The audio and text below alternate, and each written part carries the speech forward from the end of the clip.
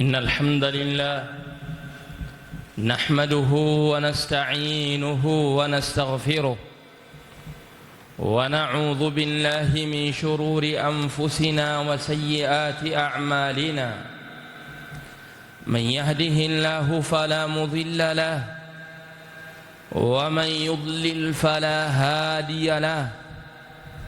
وأشهد أن لا إله إلا الله وحده لا شريك له وأشهد أن محمدًا عبده ورسوله صلى الله عليه وعلى آله وصحبه وسلم.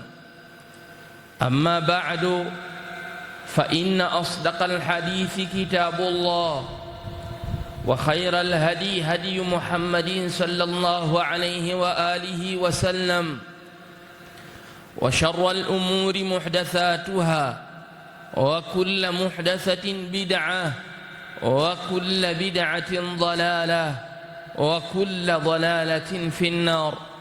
أيها الناس عباد الله، enyi watu waja wa Allah subhanahu wa ta'ala, yaqulu Maula jalla wa ala fi kitabih, anasema Allah ndani ya kitabu chake, ووصى بها إبراهيم بنيه ويعقوب يا بني إن الله اصطفى لكم الدين فلا تموتن إلا وأنتم مسلمون.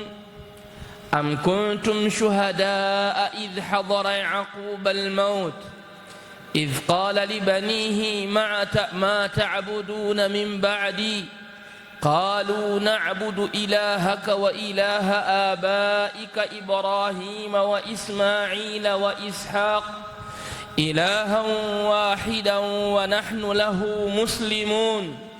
تلك أمة قد خلت لها ما كسبت ولكم ما كسبتم ولا تسألون عما كانوا يعملون.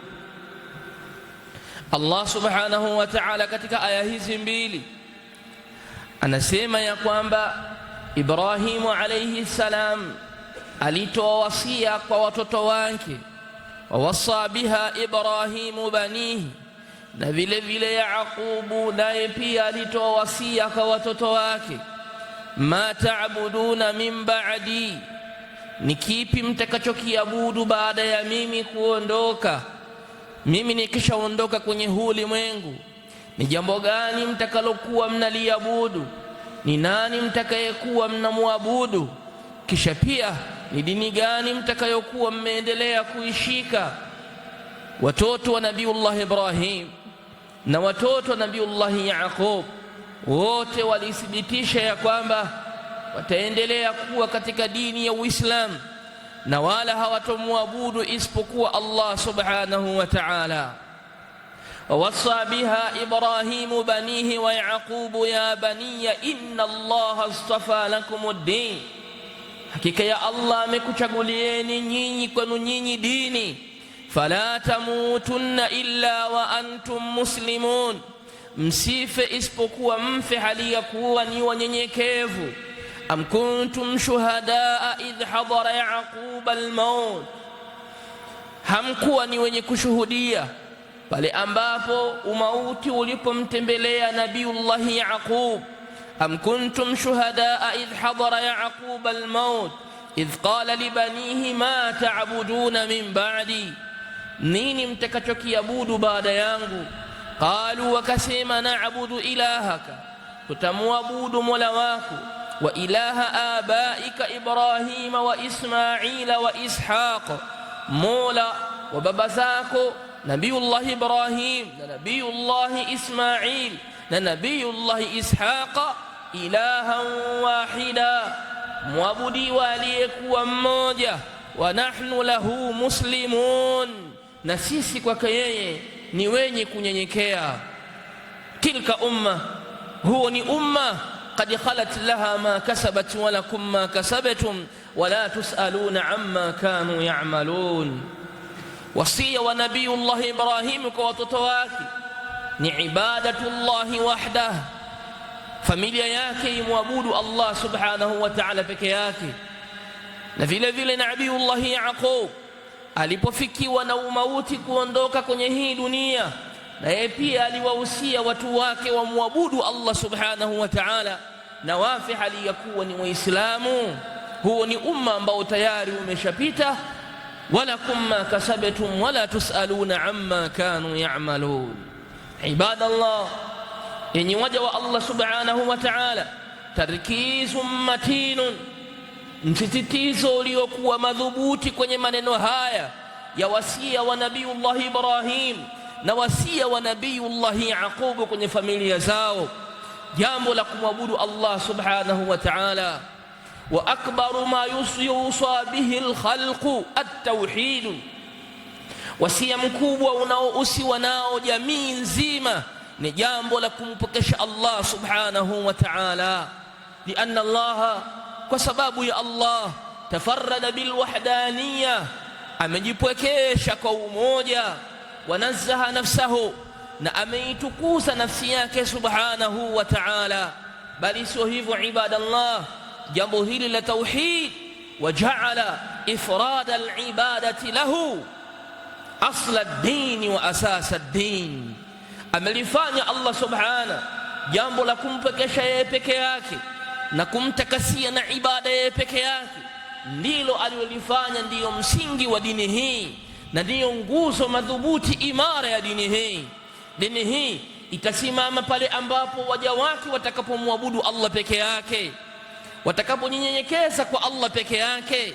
Lakini sio hivyo ibadallah, jambo la tauhid huwa jima'ul khairi, mkusanyiko wa khairi zote, mkusanyiko wa khairi zote za duniani na kesho akhira umefungwa kwenye jambo la kumpokesha Allah peke yake katika ibada. Wanadamu hawawezi kufikia qimamun aliya, hawawezi kufikia vilele vilivyokuwa vikubwa na utukufu mpaka pale watakapo lihakikisha hili jambo la kumwabudu Allah peke yake subhanahu subhana. Wa huwa jima'ul khairi wala tuqbalu alhasanatu illa bih, hakuna jema lolote litakalokubaliwa mbele ya Allah subhanahu wa ta'ala isipokuwa liambatane na tauhid, isipokuwa liambatane na kumpokesha Allah subhanahu wa ta'ala. Enyi waja wa Allah, law tandhuruna ila nabiyikum sallallahu alayhi wasallam Muhammadin, law mtamtazama mtume wenu, allama ghilmana as-sahabati at-ta'alluq billahi jalla jalaluhu, mtume wenu alayhi salatu wassalam amewafundisha vijana wadogo wadogo wa kiswahaba, watoto wadogo wadogo ambao walikuwa masahaba, walikuwa wengine ni watoto wa masahaba. Aliwafundisha mafungamano yao kwamba watakikana wafungamane na Allah subhanahu wa ta'ala, pale ambapo fi Tirmidhi hadithi ya Abdullah ibn Abbas radhiyallahu anhuma, mtume sallallahu alayhi wasallam alimwita ibn Abbas akamwambia, ya ghulam, ewe kijana mdogo, inni uallimuka kalimat, kika yangu mimi nitakufundisha maneno, yashikilia hayo maneno. Jima'ul khairi kullu, mkusanyiko wa khairi wote huko hapo. Akamwambia, ihfadhillah yahfadhuk, muhifadhi Allah naye pia atakuhifadhi. Ihfadhillah tajiduhu tujahak, muhifadhi Allah ambaye ni Mola wako, utamkuta pande zako zote unazoelekea. Lakini pia akamwambia, wa idha sa'alta fas'alillah, na pindi utakapokuwa unaomba muombe Allah. Wa idha ista'anta fasta'in billah, na ukiuhitaji msaada wowote mtake msaada Allah subhanahu wa ta'ala. Nabiyukum hadha, huyu ni nabii wenu sallallahu alaihi wasallam, anawafundisha watoto wadogo kina Ibn Abbas, bado hawajawa majabali ya elimu, lakini anawafungamanisha ya kwamba wasifungamane na kiumbe chochote kwenye hii dunia, kwenye maombi yao, kwenye msaada wao, kwenye kinga na kukingwa vile vile na mitihani. Wafungamane na Allah subhanahu wa ta'ala. Idha sta'anta fasta'in billah, unapotaka msaada taka msaada kwa Allah. Wa idha sa'alta fas'alillah, maneno ya utu uzima haya, lakini mtume anamtisha nayo mtoto mdogo, kwa sababu kheri yote inapatikana kwenye tauhid. Kheri yote ya mafanikio ya mtoto, mafanikio ya jamii, mafanikio ya familia inapatikana kwenye tauhid. inni uallimuka kalimat, hakika yangu mimi nitakufundisha maneno. Mtume akamfundisha haya maneno Abdullah ibn Abbas, ibadallah, wa huwa awwalu da'wati ar-rusul. Jambo la tauhid ni mitume wote min Adama ila Muhammadin sallallahu alaihi wasallam, mitume wote na manabii wamewaita watu wao kwenye jambo la mwanzo la tauhid, wamfanye wanadamu wote Allah ndiye mpweke, kuanzia Nabiullahi Adam mpaka Muhammadin sallallahu alaihi wasallam. Wama arsalna min qablika min rasulin illa nuhi ilayhi annahu la ilaha illa ana fa'budun, hatukumtuma yoyote kabla yako Muhammad katika mitume isipokuwa tulimteremshia wahi tukamwambia alla ilaha illa Allah, waambie watu hapana muabudiwa wa kweli isipokuwa Allah, wa ana rabbukum fa'budun, na mimi ndiye Mola wenu niabuduni mimi. Mitume wote wamewalingania watu kwenye hili, wamewaita watu kwenye ibada ya kumwabudu Allah subhanahu wa ta'ala, wa huwa amru al-awwal fi kitabillah. Na jambo la tauhidi, ndugu zangu, ndiyo amri ya kwanza iliyomo ndani ya kitabu cha Allah subhanahu wa ta'ala. Ukifungua Qur'ani ukazitazama aya za mwanzo, ukaangalia amri zilizokuja, utaona amri ya kwanza aliyoamrishwa nayo mwanadamu ni amri ya kumwabudu Allah peke yake. Ya ayuhan nas u'budu rabbakum alladhi khalaqakum walladhina min qablikum la'allakum tattaqun. Allah subhanahu anasema, enyi watu, kwa maana wote, u'budu Allah, muabuduni Allah subhanahu. Hilo ndio amri ya kwanza Allah ndani ya kitabu chake kilichokusanya sura 114, zikiwemo zile sura ambazo ni mutawalat, sura ambazo ni ndefu, na kuna zile za kati na kati, na kuna zile ambazo ni qisari suwar, sura fupi fupi. Amri ya kwanza Allah anaitoa kwa wanadamu wote, tena hajasema kwa waumini peke yao, kasema ya ayuhan nas, enyi watu wote, u'budu rabbakum, muabuduni mola wenu. Lakini pia ibadallah, hadha alladhi yuahiduhu almuslimu fi jami'i salawati, na hili ndilo jambo ambalo kila muislamu anamuahidi nalo mola wake kwenye swala. Kila muislamu anayeswali kwa kila madhehebu na kila tariqa na kila njia aliyopo, kila taifa alilopo, utamuona muislamu akinyenyekea kwa mola wake kwa unyenyekevu na utulivu, akimwambia mola wake iyyaka na'budu wa iyyaka nasta'in, kwako tu ndio ninakuabudu na kwako peke yako Allah subhanahu ndiko ninakokutaka msaada. Mwanadamu huyo anayemsujudia mola wake kila siku mara 5 kwenye ibada zake zote, anatoa makubaliano, anatamka makubaliano hayo, anayatamka kwa ulimi wake, akithibitisha ya kwamba siwa arrahman, visivyokuwa Allah subhanahu wa ta'ala, la tanfa wala tadur, haviwezi kunufaisha chochote wala haviwezi kudhuru. Anasema iyyaka na'budu wa iyyaka nasta'in. Lakini pia ibadallah, tazameni, kullu man da'a an-nasa ila al-islam, kila anayewalingania watu kwenye Uislamu anatakikana jambo la mwanzo awaite watu kwenye huu msingi. Hadithi ya Muadh ibn Jabal radhiyallahu anhu, mtume alipomtuma katika mji wa Yaman aende kuwafundisha watu wa Yemen Uislamu, alimwambia faliyakun awwala ma tad'uhum ilayhi ila an yuwahhidu Allah, jambo la mwanzo utakalokuwa ni la mwanzo kuwalingania nalo watu wa Yemen, ewe Muadh, wampekeshe Allah peke yake subhanahu wa ta'ala. Kalitamka neno ila an yuwahhidu Allah, kwamba endelea kuwasomesha watu mpaka wampekeshe Allah peke yake. Faliyakun awwala ma tad'uhum ilayhi, liwe jambo la mwanzo utakalowalingania watu wa Yemen, ila an yuwahhidu Allah. Lakini ibadallah, wa huwa amru al-awwal, na hili ndilo jambo la mwanzo, ma yusalu bihi al-abdu fi qabri. Tukikuchukua wewe ulipokuwa hautikisiki tena, hautazami tena, haupumui tena, hauzungumzi tena, la harakata lak wala sukun, umeondoka kwenye huu ulimwengu, tumekuweka kwenye mabega yetu, tukaenda mpaka makaburini, tukakushusha ndani ya kaburi, tukakuweka ndani ya mwanandani, tukashusha mchanga, tukaondoka zetu. Pale tulipoondoka, jaaka almalakan, watakuijia malaika wawili, munkarun wa nakir.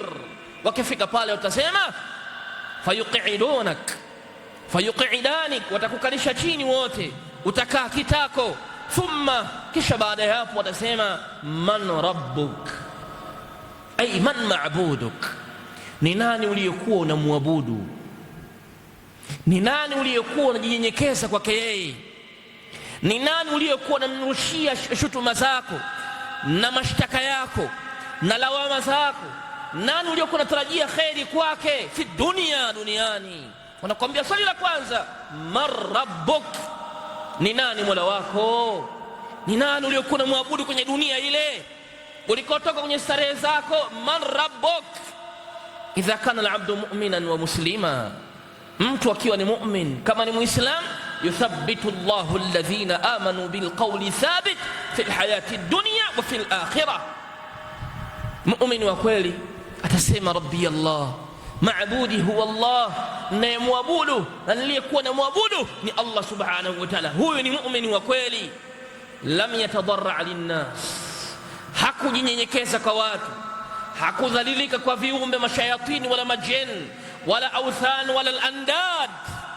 Alinyenyekeza kwa Allah subhanahu, litakuwa jambo lake jepesi. Atasema rabbi Allah, mola wangu ninayemwabudu ni Allah subhanahu wa ta'ala. Wallahu tabaraka wa ta'ala a'lam.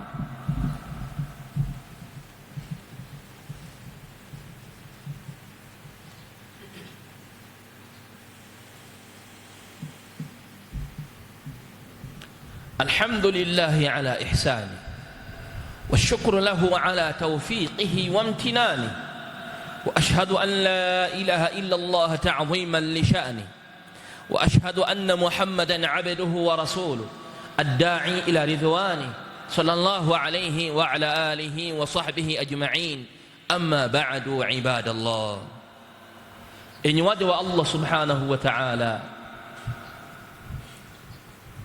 التوحيد msingi huu wa kumpokesha Allah subhanahu wa ta'ala ni msingi adhim, ni msingi mkubwa sana.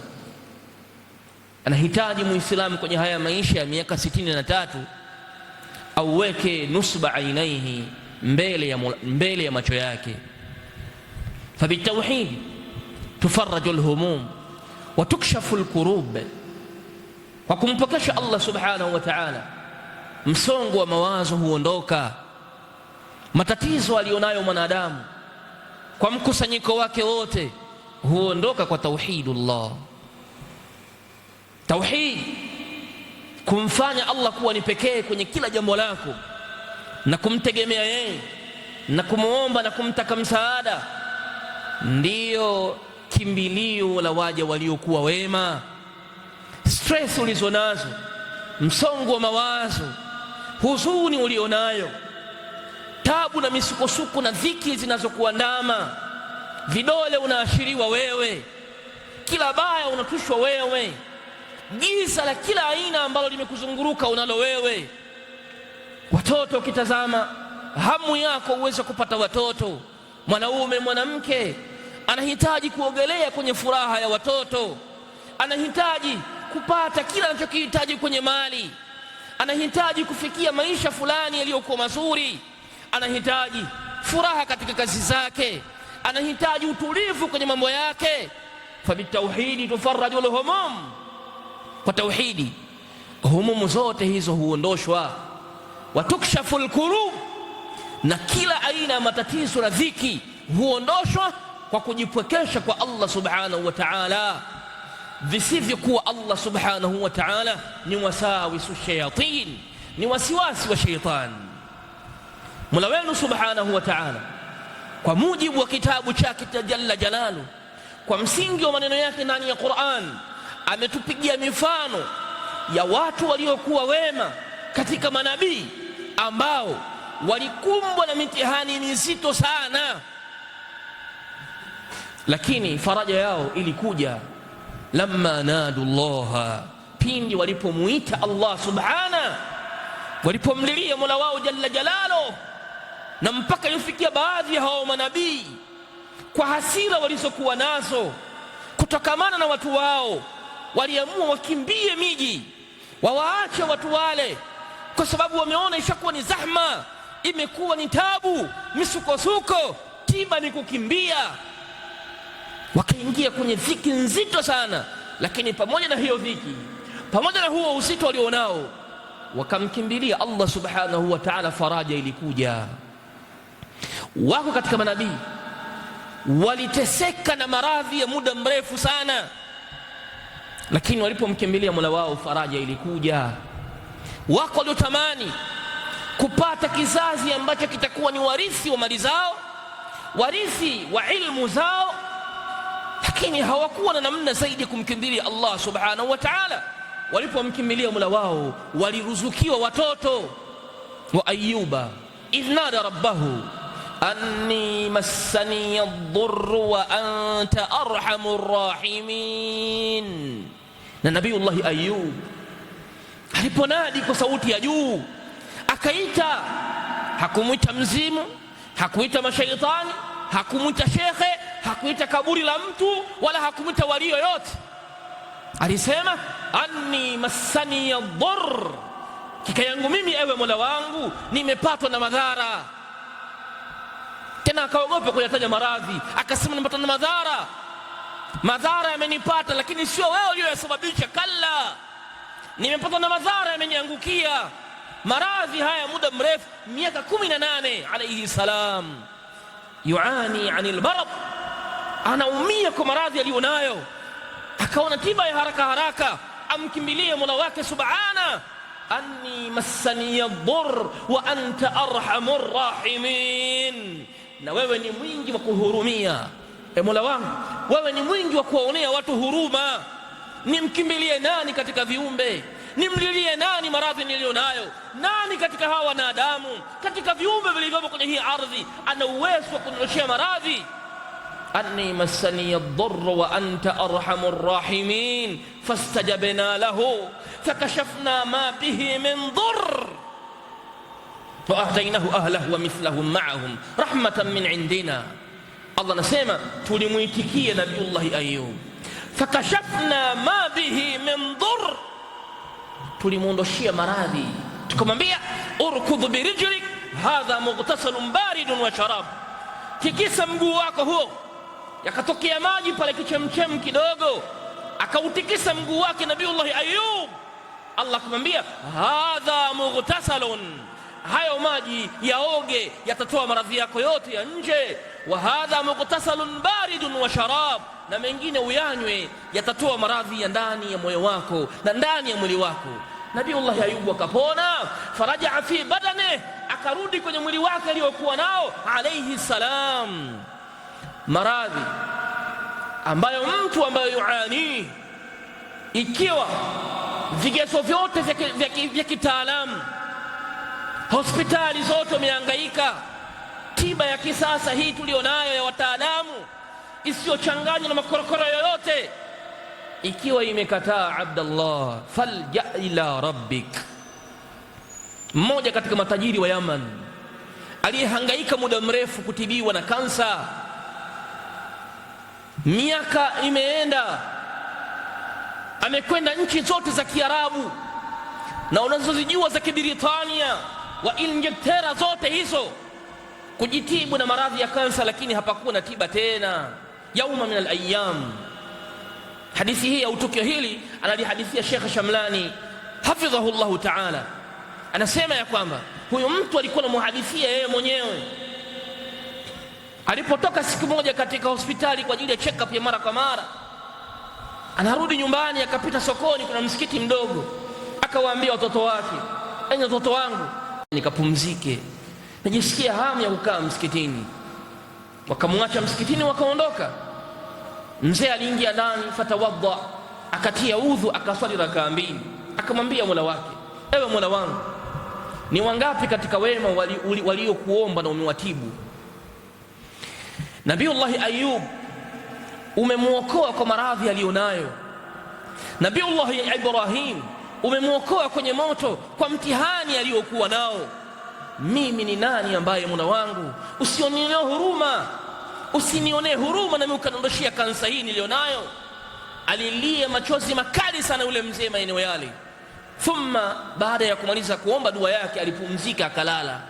Akaota watu wawili wamemwijia katika ndoto yake, wanammwagia maziwa kwenye mdomo wake, yakiwa yanatirizika kwenye mdomo. Ghafla akashtuka, akaona maziwa kweli yanatoka. Baada ya hapo akasikia hamu ya nyama, akawapigia simu watoto wake waje na nyama. Akamwambia, baba, mbona umekatazwa kula nyama muda mrefu na wewe hauli nyama? Akamwambia, nileteeni. Fasammama ilaihim, akalazimisha wamletee. Siku iliyofuata alipokwenda kwenye check up yake, daktari anasoma jina la mtu, anaona jina la yule mzee, anamwita yule mzee aje. Yule mzee anakuja, daktari anamwambia, hapana, sio wewe, naye mkusudia mwingine. Mara ya pili, mara ya tatu, mara ya nne, daktari akamwingiza ndani. Mbona hili jina linaonyesha huyu mwenye maradhi ya kansa hana kansa tena, sio wewe. Kilio kikampata yule mzee pale. Kisha baada ya hapo yule mzee aliyesema maneno ya dhahabu akamwambia, ayuhal atibba, enyi madaktari, aliqu quluban nas li rabbihim, zifungamanisheni nyoyo za watu na Mola wao. Zifungamanisheni nyoyo za watu na Mola wao. Pale mnapoona kwamba ujuzi umeisha, hakuna namna tena, waambieni wale wanaoumwa, mlilieni Mola wenu. Nabiullahi Ayubu kapona. Huyu mzee naye pia kansa imemwondoka, maradhi ambayo ni nadra sana mtu kupona, tena kansa ambayo imeshika hatamu kizawazawa. Lakini lamma laja ila rabbi, alipomkimbilia Mola wake, jaahu alfaraj, faraja ilikuja. Lakini sio hivyo, wadhannuni idh dhahaba mughadiban fadhanna an lan naqdir alayhi wanada fi dhulumati an la ilaha illa anta subhanak inni kuntu min adh-dhalimin fastajabna lahu fakashafna lahu min al-gham fastajabna lahu wanajjaynahu min al-gham wakadhalika nunji al-mu'minin. Nabiyullahi Yunus alayhi salam aliondoka kwa hasira akidhani hatutompata tena sisi, lakini alipokaa kwenye kisa cha samaki, akiona kabisa sina ujanja tena, nimemeswa na samaki mie, nifanyaje?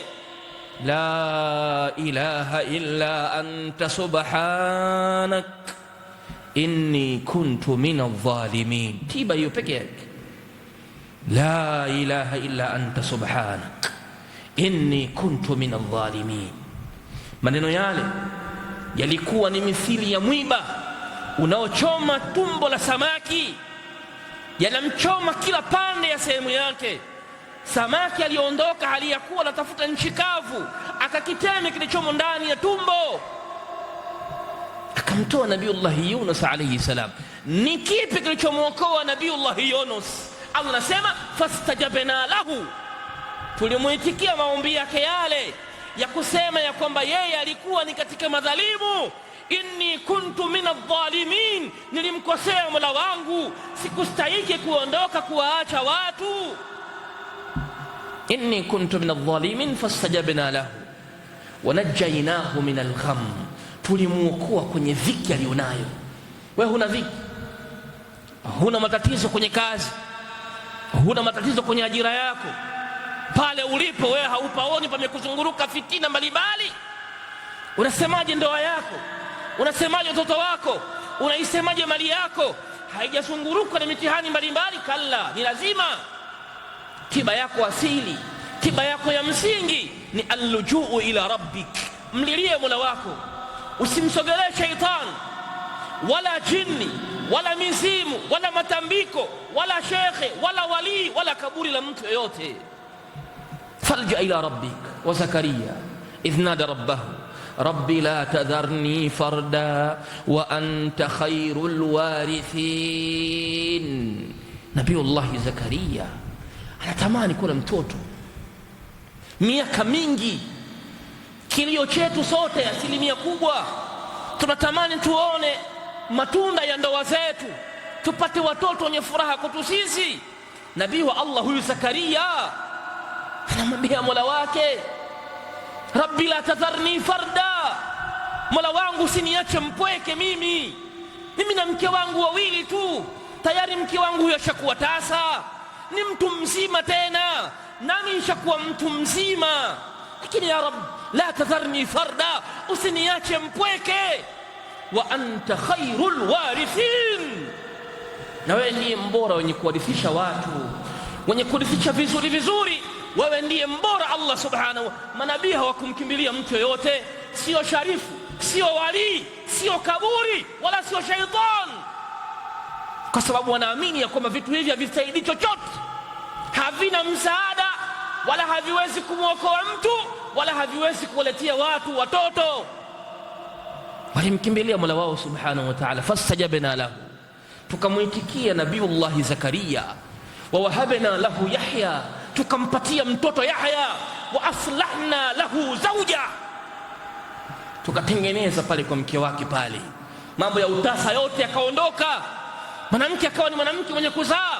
Wa aslahna lahu zawja innahum kanu yusari'una fil khairat, ni watu walikuwa nakimbilia sana mambo ya kheri, mambo yaliyokuwa mazuri, walikuwa namkimbilia Mola wao. Wayad'unana raghaban wa rahaba wa kanu lana khashi'in. Mtu mmoja alimwijia Nabiullahi Musa alayhi salam, wajaa rajulun min aqsa almadinati yas'a qala ya Musa inna almala'a ya'tamiruna bika liyaqtuluk fakhruj inni laka minan nasihin. Baada ya Musa kumpiga yule mtu alifariki, ikajikusanya kikosi cha watu wazito wa mji kwenda kumtafuta Musa na kumuua na yeye, shida yao amuue. Je, wewe hakuna mkusanyiko wa watu wamejikusanya kwa lengo la kukudhuru? Je, hawapo watu ambao wamekaa wanajadiliana, wanatafakari nafasi uliopo? Je, hawajakaa watu kushauriana kunako kazi unayoifanya? Je, haujasikia chochote kunako watu dhidi yako? Jawabu, umesikia mengi. Musa alayhi salam analetewa habari na huyo kijana, innal malaa ya'tamiruna bik, hakika kikundi cha watu kimejikusanya mkutano kwa ajili yako wewe, liyaqtuluk, ili waje wakuue. Fakhruj inni laka minan nasihin, ondoka, nakupa nasaha, ondoka, usikae kwenye mji huu. Musa alayhi salam fakharaja minha khaifan yatarqab, Musa aliondoka kwenye mji wake kwa hofu, akijificha ficha na kujivizia vizia. Mwisho atalisemaje? Qala, Musa akasema, rabbi najini min alqawmi adh-dhalimin, Mola wangu niokoe na watu madhalimu. Manabii hawakumkimbilia wali wala shekhi wala sharifu aslan, hawakuwa natambua manzila ya sharifu, manzila ya wali, wala hawakuwa wanatambua vyeo vyao walivyo navyo, bali wanaamini vyeo walivyo navyo vya unabii haviwezi kushindana na nguvu ya Allah subhanahu wa ta'ala. Hakuna pazia inayowazuia wao na Mola wao subhanahu wa ta'ala. Musa alayhi salam aliokolewa mpaka alipofikia kwenye kadhia na wale mabinti wawili. Ibadallah, amman yujibu almutarra idha da'ahu wa yakshifu as-su'a wa yaj'alukum khulafa al-ard a ilahum ma'a Allah qalilan ma tadhakkarun. Kuna mwenye kuondoshia matatizo ulionayo hapa zaidi ya Allah subhanahu? Amman yujibu almutarra idha da'ahu, hivi wewe ulipomwomba Mola wako matatizo ulionayo, una uhakika Mola wako hajawahi kukujibu? Bila shaka amekujibu na amekuondoshea. Wa yakshifu su', na Allah subhanahu huondosha mabaya yote. Immassana ad-durr aw dhaqat bina al-hiyal falan yakhiba lana fi rabbina amalu wa in anaqat bina al-balwa fa inna lana rabban yuhawwiluha 'anna fatantaqilu. Immassana ad-durr, tukipatwa na madhara, au dhaqat bina alhiyal, au hali mbalimbali zikitubana zikituwekea dhiki, fa inna lana rabban, sisi tunaye Mola, yuhawwiluha anna fatantaqilu, anayaondosha haya yote na yanaondoka yote haya. Lakini pia ibadallah, wa in anaqat bina albalwa fa inna lana rabban yuhawwiluha anna fatantaqilu, balaa lolote likituangukia sisi tunaye Mola. Balaa lolote lile la mitihani, la kufilisika, la kupata ajira, kuanguka kwa biashara yako, hasara, fa inna lana rabban, tunaye Mola sisi Waislamu, tuna Mola wetu faliqul habbi wan nawa, ameumba mbegu ndogo sana. Mimea yote hii unaifahamu ameumba yeye na anaiendesha yeye. Sisi hatulii na makaburi ya mashekhe wala mawalii, sio dini yetu sisi hiyo. Tunaambiwa na baadhi ya watu, inna bakhatmun fil biladi nasilu faqul ya wali Allah Ismail. Mtihani ukiingia kuna jamii wa ukame wa maradhi, sema tu wewe kwenye kaburi la sharifu, sema ya wali Allah Ismailu, ewe wali wa Allah Ismail, tuondoshe madhara haya. Huu sio utaratibu wa Waislamu asla. Tauhidu, kumpokesha Mola wao mpaka kwenye madhara kama haya. Wa inna khatibna albalwa fa inna lana rabban yuhawwiluha anna fatantaqilu man dha naludhu bihi fi kashfi kurbatina wa man alayhi siwa arrahmani nattakilu. Pakukimbilia ni wapi? Ni kwa Allah subhanahu. Wapi tutegemee? Tumtegemee Allah subhanahu, ndiye aliyetuumba sisi. Ya sahib alham inna alhamma munfarijun abshir bikhairin fa inna alfarij Allah. اليأس يقطع أحيانا بصاحبه لا تيأسن فإن القاسم الله. يا صاحب الهم، ewe mwenye matatizo mbalimbali, innal hamma munfariju, stress, msongo wa mawazo ni venye kuondoka hivi. Anayeviondosha ni Allah subhanahu wa ta'ala. Al-ya'su yaqta'u ahyanan bi sahibihi, wasiwasi, kukata tamaa humuondosha mtu wakati mwingine. Ile tamaa ile humbadilisha mtu wakati mwingine, akaacha kumwelekea Mola wake akaelekea viumbe vingine. Al-ya'su yaqta'u ahyanan bi sahibihi la tayasanna fa innal kafiya Allah. Usiwe na kukata tamaa, mtoshelezwaji anayetoshelezwa peke yake ni Allah subhanahu wa ta'ala. Allahu yuhdithu ba'da al-usri maysaratan la tajza'anna fa innal qasim Allah. Allah huleta kwenye uzito wepesi, usipaparike. Mgawaji wa haya yote ni Allah subhanahu wa ta'ala. idha bulita fathiq billahi warda bihi inna alladhi yakshifu albalwa huwa Allah. idha bulita, ukipata na mtihani wowote, fathiq billahi, kuwa na yaqini na Allah subhanahu wa ta'ala, warda bihi, mridhie Allah peke yake. Mtihani wa kifo, mtihani wa kufilisika, shamba limeingia maji yameharibu shamba lako, warda bihi inna alladhi yakshifu albalwa huwa Allah. Anayeondosha matatizo yote hayo ni Allah subhanahu wa ta'ala. Wallahi ma laka ghayru Allah min ahadin fahasbuka Allah fi kulli laka Allah. Wallahi hakuna anayekutosha, hakuna anayekutosha kinyume na Allah subhanahu. Fahasbuka Allah, inakutosha wewe ujielekeze kwa Mola wako subhanahu wa ta'ala. Usiondoshwe kwenye huu msingi ukapelekwa kwenye mashayatini, ukachinja kwa ajili ya mashayatini, kwa ajili ya misimu, ukasema hiyo ni tiara, ni nuksi imeingia kwenye biashara yako. Kalla, unaingizwa kwenye mtego ambao unakutoa kwenye asili ambayo ni msingi wa mafanikio katika maisha yako yote.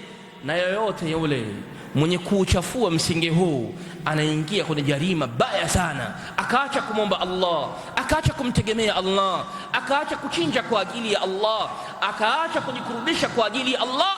Bila shaka anaingia kwenye msingi ambao una madhara. Na biidhnillahi subhanahu wa ta'ala tunaanza safari nyingine tena ya kulizungumza hili jambo adhima, msingi huu mkubwa, msingi ambao ni msingi wa tauhid. Watu lazima warudi kwa Mola wao. Vyovyote tunavyokutana navyo kwenye hii dunia, katika raha, katika tabu, maradhi, misukosuko mbalimbali, fitina za binadamu, roho mbaya za watu, husda zinazotutesa, vijicho vinavyoharibu vile tulivyovipanda na kuvitengeneza, hakuna mahala penye tiba isipokuwa kwa Allah subhanahu wa ta'ala.